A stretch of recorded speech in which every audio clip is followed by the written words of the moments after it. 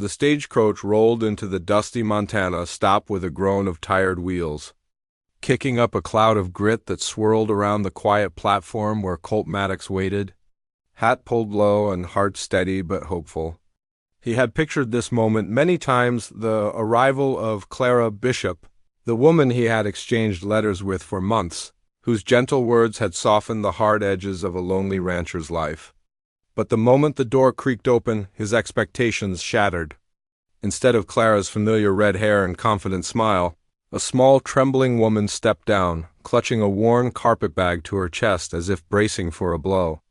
Her face was pale except for the deep bruise blooming across her cheek, an ugly purple mark that stopped Colt cold. She didn't meet his eyes. Her gaze stayed fixed on the dirt like she feared punishment for looking at the wrong man. When he approached, she inhaled sharply, a quiet, instinctive flinch that spoke more than words could. In a shaking hand, she held out a folded note, which Colt opened with growing confusion until he saw the hurried scrawl. "Forgive me. I can't come. Please take her in. She has nowhere left." No name, no explanation. No clue why another woman now stood in Clara's place, bruised and silent.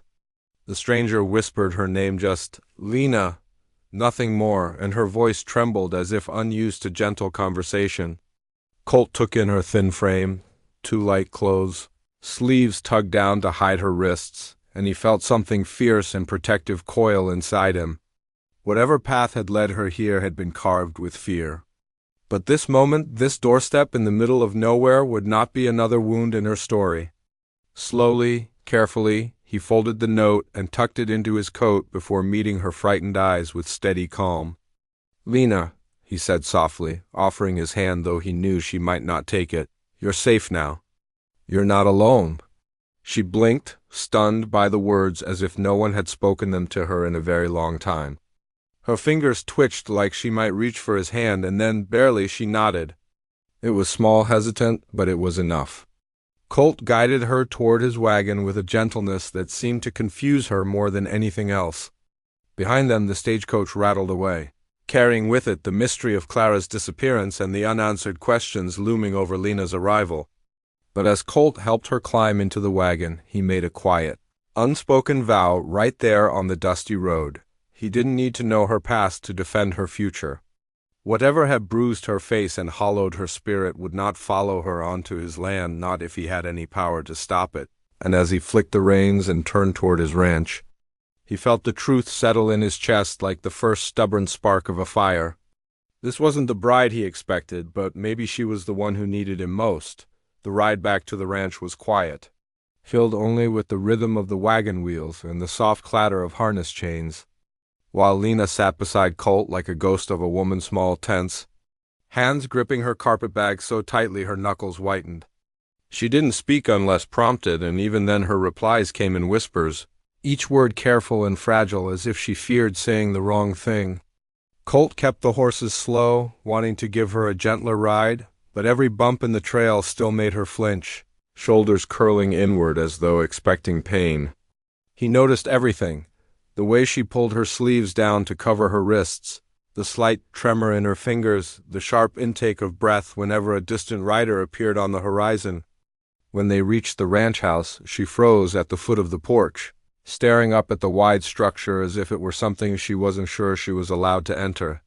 Colt stepped down first and offered his hand, but she hesitated too long, apologizing under her breath as she climbed down on her own.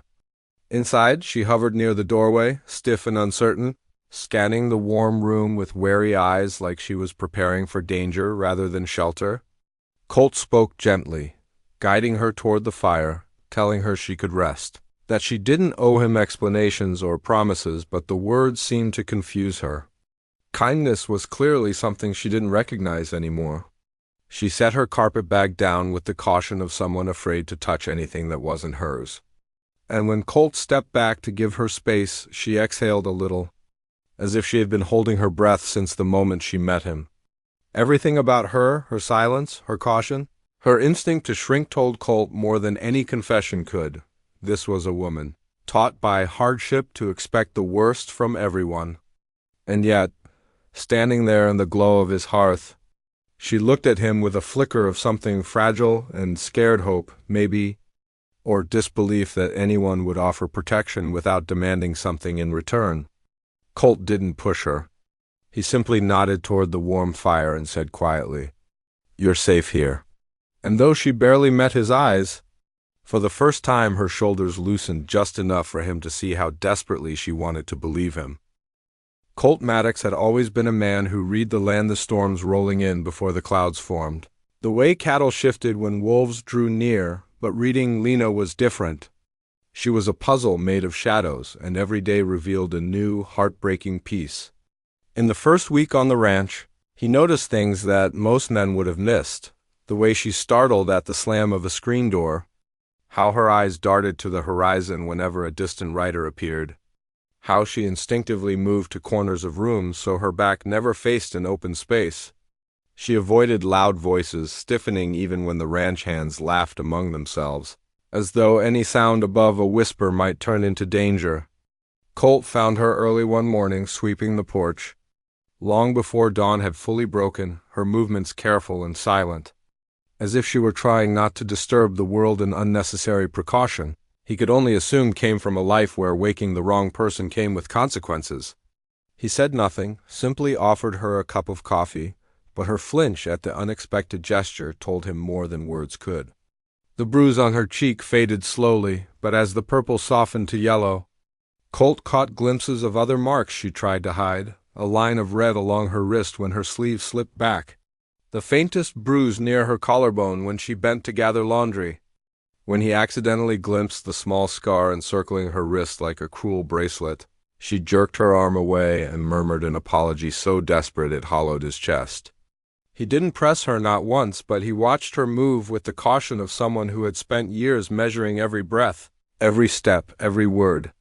She rarely spoke at all, answering questions with nods, whispers, or not at all if her voice failed her. But sometimes, when she thought he wasn't looking, she paused on the porch and stared at the sweeping expanse of the valley golden fields, rolling hills, distant mountains, her face softening with a kind of longing that told Colt freedom was something she'd tasted only in fleeting moments, if ever. At meals, he made sure to sit at the far end of the table, giving her space to breathe, and always let her choose her seat first.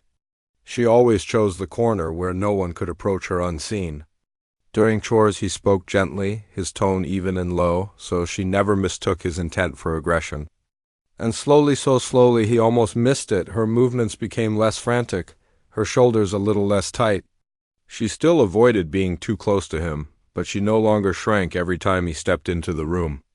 Colt found himself studying the quiet tension in her hands.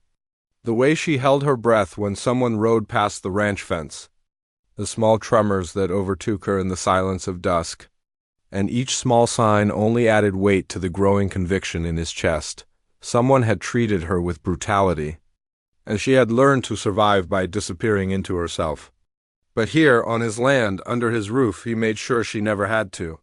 He checked the locks at night not for his own safety, but for hers.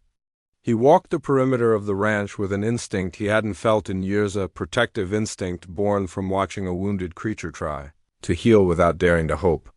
And though she hadn't yet trusted him with a single piece of her story, Colt knew one thing with absolute certainty: whatever she had run from was still out there, and he intended to be the wall that danger broke against. He didn't know her past, but he could see its shadows clearly, and he would stand between her and every one of them, until she no longer trembled at ghost dot as days turned into a quiet rhythm. Lena slowly wove herself into the daily life of the ranch, not with confidence, but with a gentle, almost invisible presence that Colt respected more than he let on. She moved through chores with a quiet grace, always choosing tasks that kept her hands busy and her mind focused, mending torn shirts by the window where sunlight softened her pale face, tending to injured calves with a tenderness that revealed she had known hurt herself, sweeping floors before anyone else woke, as though determined to repay kindness she didn't yet understand. Colt made sure she never felt watched or pressured. He rose early and worked long outside, leaving her the house so she could breathe freely. He slept in the barn loft, giving her space inside, and though she never asked for it, The gesture changed something in her. Her posture eased. Her movements steadied, and her eyes occasionally lifted from the floor. The Ronchans noticed her too, but they kept a respectful distance, sensing she wasn't ready for strangers. Still, when she left a plate at the bunkhouse door or folded a mended shirt on a railing, they murmured their thanks softly, not wanting to startle her.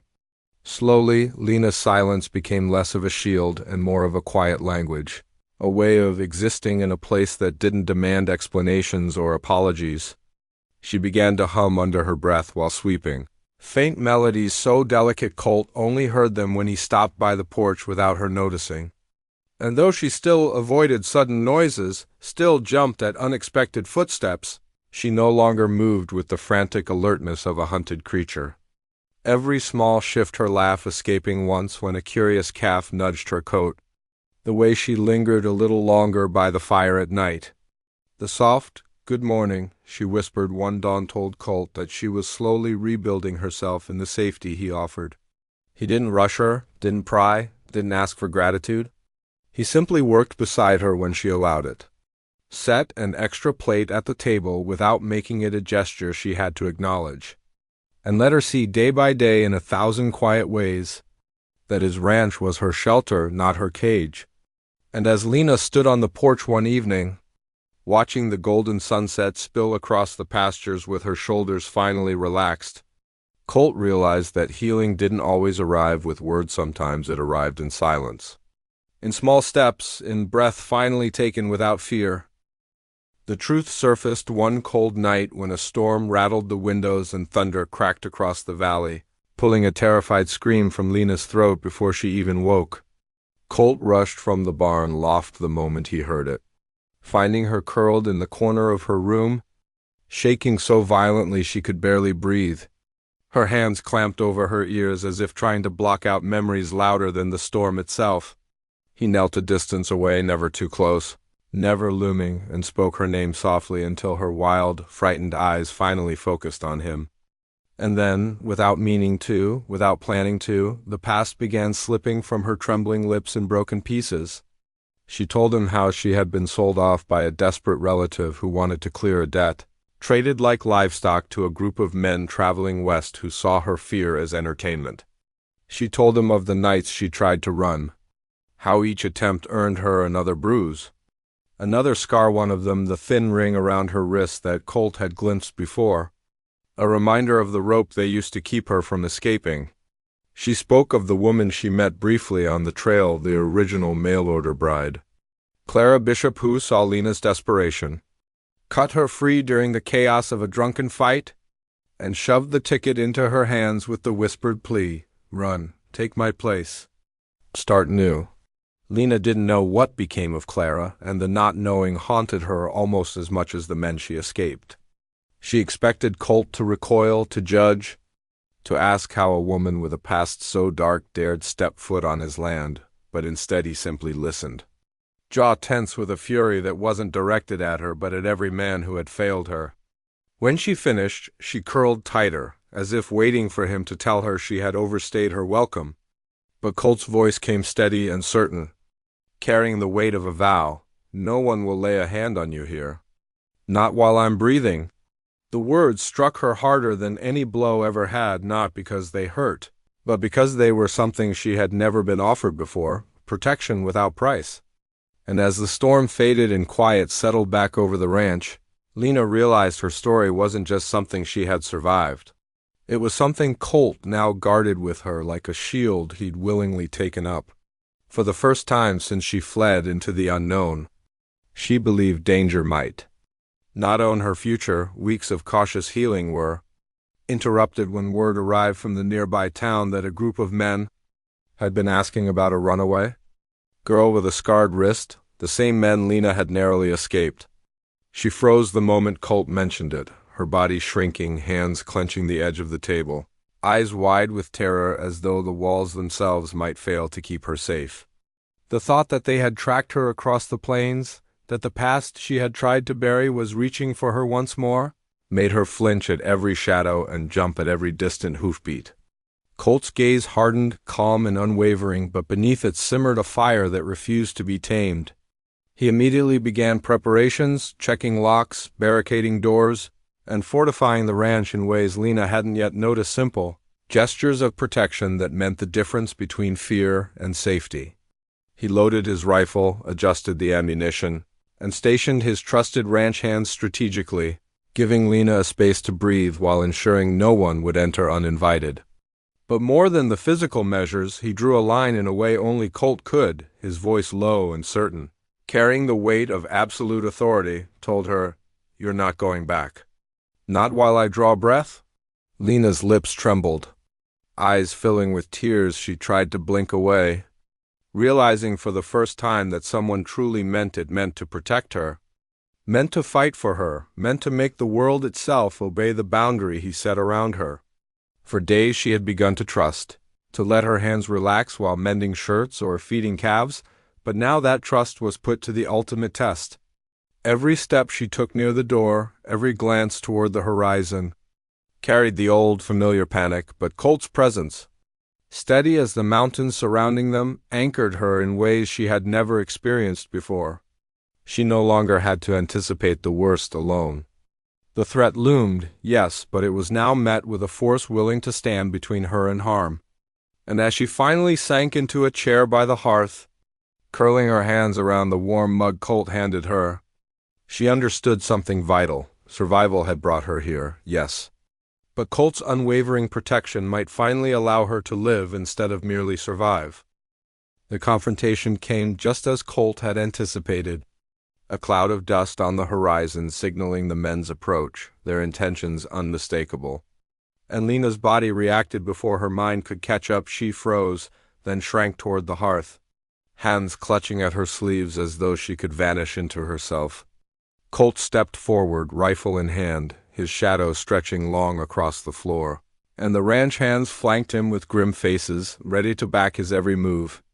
The men dismounted with sneers and accusations, demanding the girl they claimed was theirs, their voices sharp and cruel, but Colt didn't flinch or waver. His presence alone was a wall, and his voice cut through the tension like steel as he said firmly, "She's under my protection. You leave or you leave broken." The air seemed to crack with unspoken threats, the silence between words heavy with danger, but Colt's calm authority held, unwavering and absolute. Lena watched, heart hammering in her chest, as the men realized she was no longer alone, no longer defenseless, and the realization ignited something new in her, trust not blind, but deliberate, a fragile courage that had taken root in the safety he provided. When the first shot rang, not aimed at her, but at the ground near them to warn the intruders, the men hesitated, their arrogance faltering in the face of Colt's resolve. The standoff stretched, taut as a bowstring, before the men finally retreated, hurrying back into the dust and distance, leaving Colt standing in the doorway, rifle lowered, eyes still sharp, the ranch safe once more. Lena's knees weakened, and she sank to the floor for a moment, relief flooding her body in waves she had never allowed herself to feel, as if the world had finally tilted in her favor.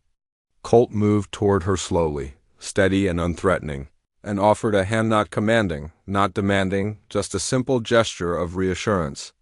Her fingers trembled as they met his, and she realized in that moment the truth she had been too scared to admit. For the first time, she was not just surviving.